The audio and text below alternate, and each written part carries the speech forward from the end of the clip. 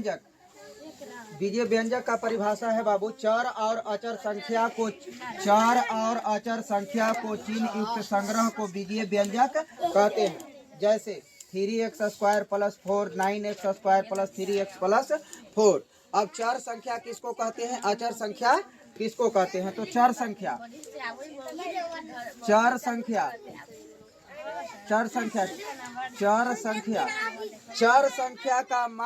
चर संख्या का मान हमेशा बदलते रहता है। मतलब चर का x y z का मान हमको पता नहीं ना रहता है, कभी 10 आ जाएगा, कभी 5 आ जाएगा। तो चर संख्या वे पद जिसका मान हमेशा बदलता रहता है चर कहलाता है।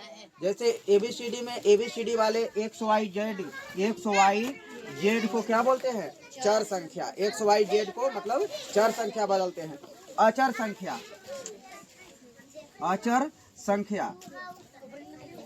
संख्या का मान नहीं बदलता है। क्या बाबू? मान नहीं बदलता है। जैसे बाबू मान लो कि 3 है तो 3 को हम कह सकते हैं 7, नहीं कह सकते हैं, 3 तीने रहेगा। लेकिन x y z बीजीय व्यंजक में अगर होगा तो उसका मान क्या हो जाएगा? बदल जाएगा। x y z यानी चर पद का मान बदलता है और अचर पद का मान कभी नहीं बदलता। जैसे मान के चलो कि 5 है तो 5 का मान बदलेगा? नहीं बदलेगा। बीजीय व्यंजक में क्या हम पढ़ाए हैं? चर और अचर संख्या को चिन्ह युक्त संग्रह को बीजीय व्यंजक कहते हैं।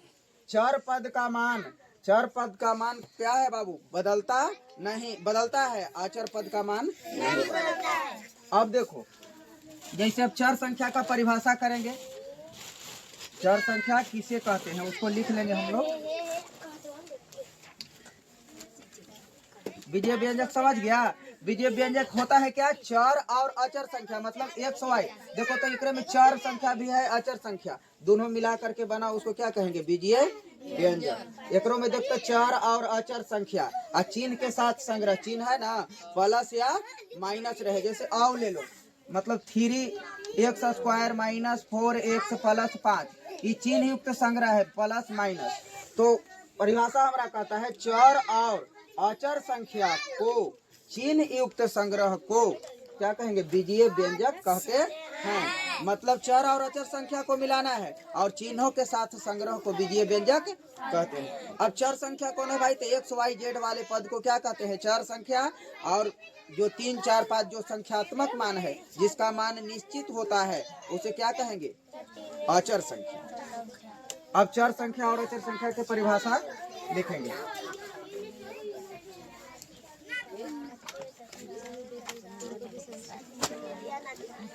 चैप्टर का नाम क्या है? बीजीय व्यंजक। ठीक है।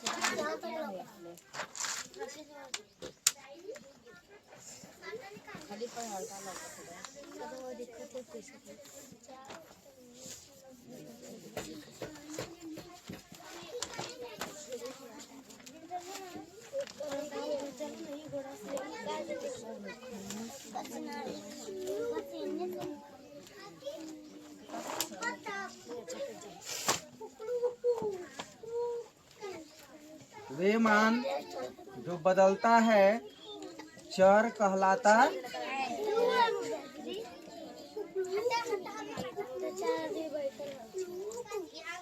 जैसे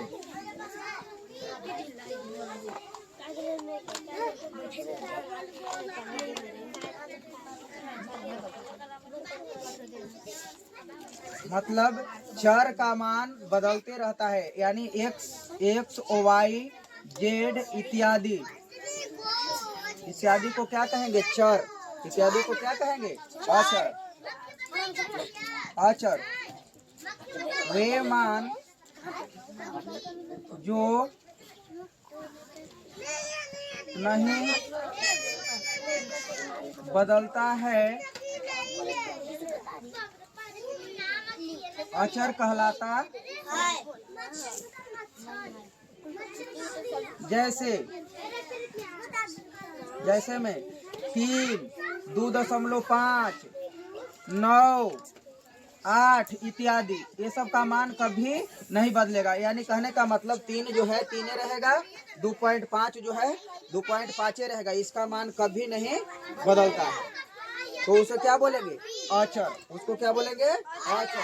अचर मतलब एक दो गिनती की सभी संख्या क्या हो जाएगा? अचर मान हो जाएगा। एक्स वाई जेड वाला पद जो है बदलते रहेगा। वाई का मान कभी कुछ हो जाएगा, एक्स का मान कभी कुछ हो जाएगा। उसको क्या कहेंगे? चर। चर जिसका मान बदलता है, जिसका मान अलग अलग परिस्थितियों में अलग अलग प्राप्त होता है। जैसे अभी परिस्थिति में एक्स का मान निकालेंगे तो अलग हो जाएगा। अब ई परिस्थिति में, तो इस परिस्थिति में एक्स का मान निकालेंगे तो अलग अलग हो जाएगा ना है। तो अलग अलग परिस्थितियों में जिसका मान अलग अलग होता है उसे क्या कहते हैं? चर कहते हैं। वे मान जो हमेशा बदलता है या अलग अलग परिस्थितियों में अलग अलग मान प्राप्त करता है, चर कहलाता है।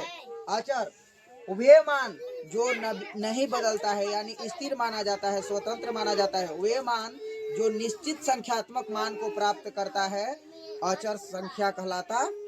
अचर, अचर मतलब कभी न बदले वाला। अचर एकदम अटल, विश्वास के क्या है?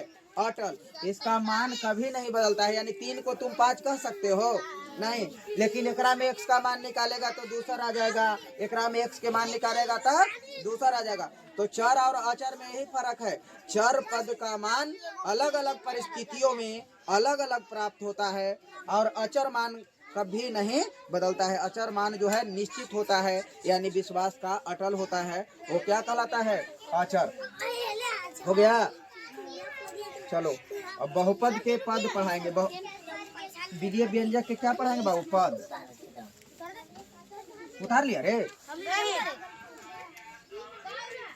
हमने थोड़ी नहीं उतारना है।